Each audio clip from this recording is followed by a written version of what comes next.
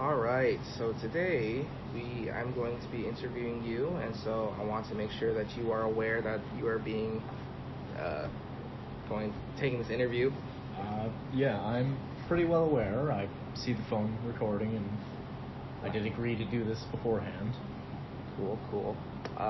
So first of all, I want to ask you about simply your general background information, just things like who you are, what you're in school for, and then if you are, how you feel about technology. Okay, so who I am. So my name is, well, I guess my name's not important for the case of this interview because it's going to get stricken out anyway, probably. But I am a 22-year-old Washington resident. I was born and raised in Southeast Washington. I came to the school last spring after a stint at a community college wherein administration was less than ideal at points. So let's see. So who I am, what else? Who you are, what you're in school for. Okay. And how you feel about technology. Okay. Well, so initially I wasn't exactly sure what I was going to be doing at the school, because who really is when they come to university, but so now I'm in the PR major, wanting to become, a community manager or a media manager for a brand. Ideally, I'd like to work sort of in the same space as, and I hate using this example because everybody thinks it's, really easy, but like the Wendy's Twitter, that's an example of sort of what I want to do. I want to interact with the community and be like the sort of the public face of a company,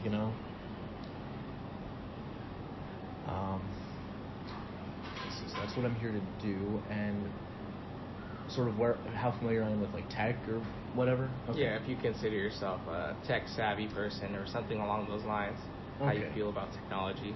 Well, I'd say I'm a pretty tech-savvy guy. I've done IT for about 6-7 years at this point. I started up in high school, and I've just sort of maintained the interest since then. When I don't have public employment, I sort of do freelance IT stuff for money. I fix computers around home, or I help people build computers if they're interested in that. So I'd say I'm definitely more tech savvy than the average person. All right. So being that you are one who is tech savvy, are you familiar with the MEC, and have you ever been to the MEC? The MEC, so that is the Multimodal Education Center? Yes, indeed. Yeah, I've used it once back in spring, I believe. Yeah, back in spring. I haven't used it too much, but that's not really because of anything they're lacking, but more because I just haven't really had the need to for classes. Okay. Do you recall what you were using it for? Were you simply using certain resources? Well, could you remind me again what sort of things they do? I know they do equipment rentals, but I cannot for the life of me recall what exactly it is that they rent out, or lend out rather. So the MEC is a very it's where a lot of the technology for the school is coming from. We have laptops, the 3D printing, laser cutting, VR. We have recording equipment or recording studios as well, cameras, poster printing, things along those lines. Very assistive towards producing media. Oh, okay, I remember now. So I borrowed a laptop because at spring my laptop was out of commission because someone had stepped on it and shattered the screen. So it still worked, but it was rather difficult because it was sort of this spiderweb crack from the center out. That's tough. That's tough. So using the laptop from the MEC, would you say that was very satisfying? Like, were you satisfied with your experience? Yeah, I was satisfied. I mean, it did the job. I mean, like, they're not the greatest laptops in the world, but like, for the purpose of doing schoolwork or like handling research, they're certainly good enough for that. Okay. Is there any way that, like, if you didn't think, you say that they're not the best laptop, do you prefer other types of laptops? Like, what would make it a more high-end or better laptop? Well, I mean, I think for the purpose that they're meant to serve, they're just fine. But like, if it were say like my personal use laptop, I'd want it to have, you know, better hardware, so it could handle more strenuous tasks. Because like, I use some kind of taxing programs on my personal computer. Like, I have like video editing software. I've got some 3D modeling software. Oh, okay. So, if it were personal use, it would be that type of thing. But if it's just for the purpose of like schoolwork and getting things done relating to like your education, I think they're just fine. All right. Yeah, that's true. Okay. So I'm glad you had a pretty satisfying experience last spring with the MEC. Do you have any friends or acquaintances that you know of that have also used the MEC? Yeah. So I've got a friend in the education program who uses the MEC like relatively often. He doesn't talk too much about like what he uses it for, but he said he's used it like for class and for personal use. One project he actually did mention is he used the 3D printer because he wanted to make himself a Settlers of Catan board. If you're familiar with the game. I am. Okay. So somehow he got people to agree to that, and so I believe he's just about done with that. But he's printed out the board and the pieces and he's painting them by hand. So. Wow, that's actually really interesting that he used it for that sense. So would you be interested in doing something similar like that? I think I would. I'm interested in some sort of, what a lot of people would call, like, old man games. Like, I like chess, and I come from a Japanese family, so, like, I've always sort of been interested in the concept of, like, shogi, Okay. So I'd like to learn that, and I think the first place to learn with something like that is, having the resources to do it. All right. Yeah. So speaking of resources, for the other resources that I listed previously, are you familiar with the use of those?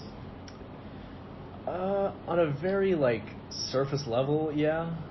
I can't say I like use everything or like I would use everything, but like the 3D printing and like equipment, borrowing, I think that's sort of like what I would generally stick to. Okay. So is there any way for you to become more enticed in using the other resources other than the 3D printing? There actually is. So I think something that would really get me to be more interested in using the MEC is their own separate building. I mean, I think it's just fine they're here in Samuelson, but like, I think if they had their own separate building and were more like visibly available to the campus, then that would really do a lot for not just my usage, but for campus usage in general. Because, well, yeah, I see people use it. It's like I see more people getting lunch at 3:00 in the Cirque than I do for the MEC. That's very true. So then you're saying it's more of the accessibility to this, in a sense? Yeah, I'd say accessibility is probably the best term, because it's easy to get to if you're not really, able to see it every day, or like, because there are people who have no reason to come to Samuelson, so yeah. There's a chance they'll never come across the MEC in general. But if it's just something on campus, say, a building between the Cirque and some residence halls, then, I think that would be way more conducive to attendance, in that, like, everybody has to at some point go to the library, or everybody has to go to the Cirque at some point. And everybody has, like, a class somewhere around the Cirque. Yeah. Be it, like, a science class or education, or just some computer lab thing in Samuelson. Okay. So say if there was its own separate building and for all these resources, for the MEC and whatnot, so that means you would use it more. You feel like you would use it more? Yeah, absolutely. I would 100% use it more if it were more visibly accessible. Okay. So for the resources that we do have, how comfortable are you with using, like, we can go one at a time, using like laptops? Oh, incredibly comfortable. I mean, Incredibly comfortable. having to use computers is sort of, par for the course for anyone in our sort of, age range, and especially when it's like most of the money I've made outside of actually working for a company has been using computers. Yeah. So I do recall you saying that you have worked with like some sort of 3D programs and whatnot, like for 3D printing and whatnot. So we could say on a scale of 1 to 10, how well do you think you work with 3D printing? 12, but in all seriousness, like a 10. 12. In high school, I also got to work with 3D programs, like because I was in some engineering courses and I was involved in the tech section of the school. Yeah. So I'm fairly used to it, and I acknowledge that, like, I'm absolutely, like, had some opportunities that other people haven't had, which is why I'm as familiar with it as I am. So I realize a lot of people aren't going to be like that level of comfort or that level of familiarity. But yeah, personally, I'm pretty well comfortable with it. Nice. Have you had any experiences with using like laser cutting or VR? So laser cutting, not as much. That's, I think, the thing I've had like the least experience with, probably. And that's just because not everyone can be experienced with everything. Yeah, for sure. I've got specialties, but with VR, yeah, I've got a fair amount of experience. I think right now, like at this point in time, this year and all that, VR is more of an entertainment, than like anything necessary for education. And I think it's more of a luxury, but I don't think it's necessarily a bad thing to have that available. Yeah. Okay. So with the things you have experience with and things that you don't, do you think you could still use like assistance with those type of items, being that either say like laptops, you're very tech savvy, but do you think there's still things out of your reach that you don't know how to navigate? Well, I think, like with anything else, there's always room to learn. Like, no matter how much you know, there's always going to be someone who knows something better. So,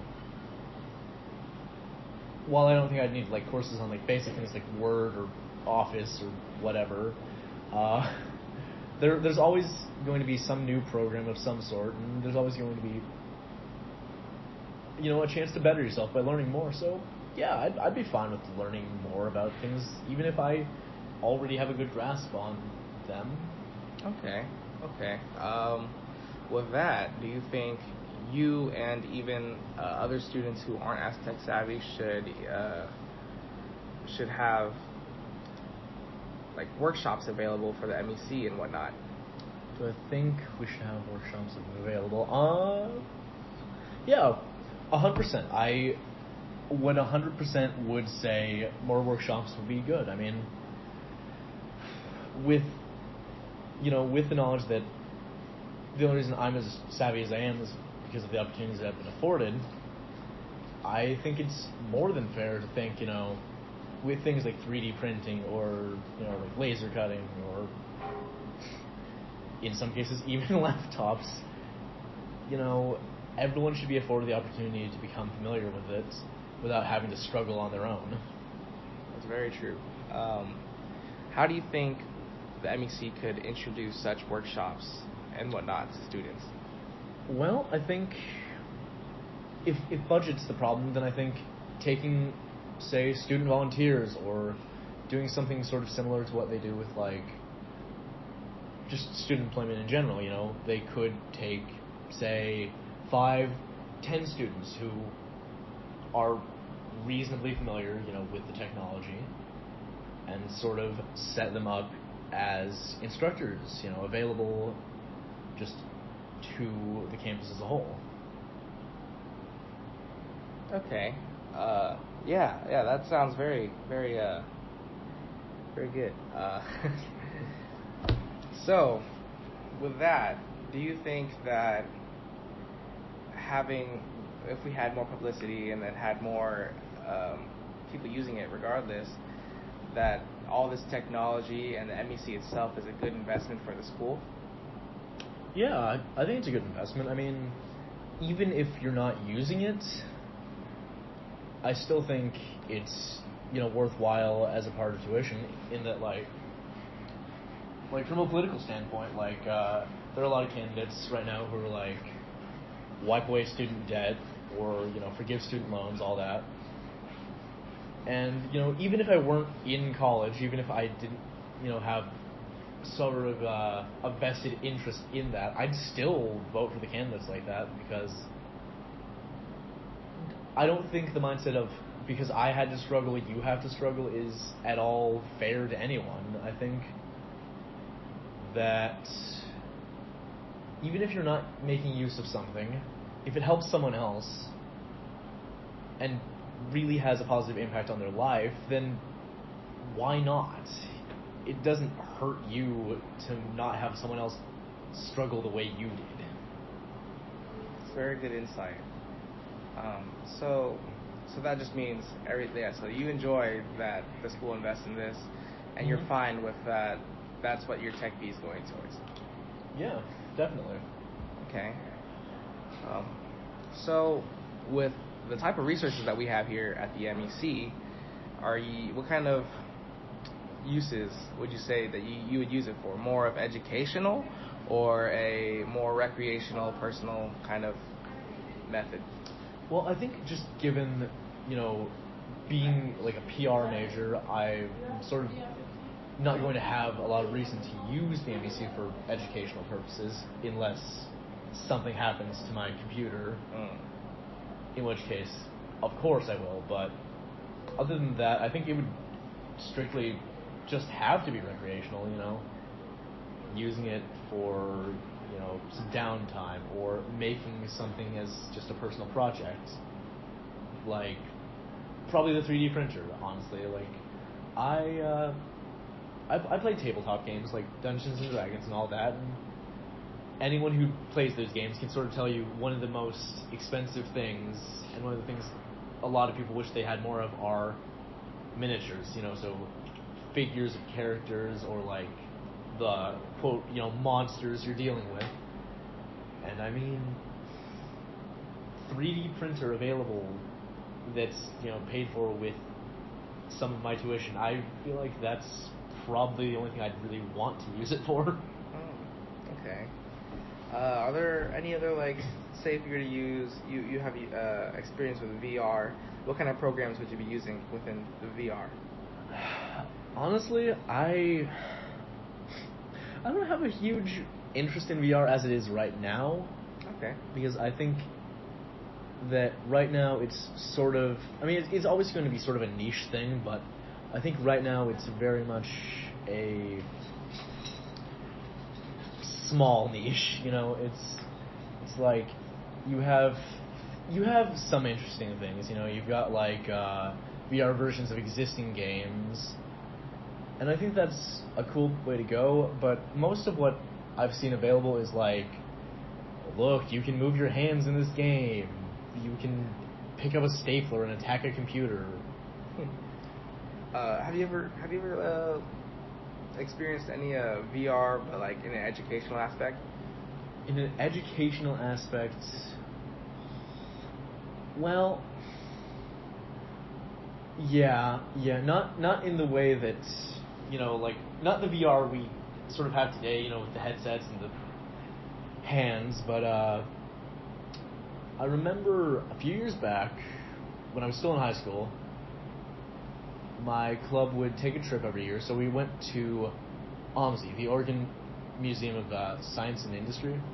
I think it's industry, but it's a museum like in Portland, which is like science and stuff, so they have some interactive things, and one of the things they had at the time was like this, I don't want to say ride, but that kind of was what it seemed like. It was like a almost like a shuttle type thing, and you'd get in, and it would be this screen, and it's like simulating, a space mission type thing, and that's kind of virtual reality. Maybe not to the advanced degree that we have now, but in that aspect, I think it was really interesting because it sort of was a hands-on way to learn more about space travel and like sort of what people experienced in that particular profession, I guess is the best word. Yeah. Okay. Like, I know I'm not too well endowed with many other type of educational VR programs myself, but I have seen there's a program for students who want to learn, say, like sign language, where they interact with others through like a VR community, and they're just doing sign language online. Okay. How do you feel about that? Well, I think that's great. Just because I haven't seen education and stuff like that, and I hadn't heard of this program, doesn't mean, it's not great. I'm hearing about it. I think that's really cool. I think, using VR for something like learning sign language is a really great use of the technology, and sort of the way I'd like to see it used more of, besides just entertainment. Because, sign language is still a language, and I think everybody needs to learn at least one other language. So why not sign language? Cool.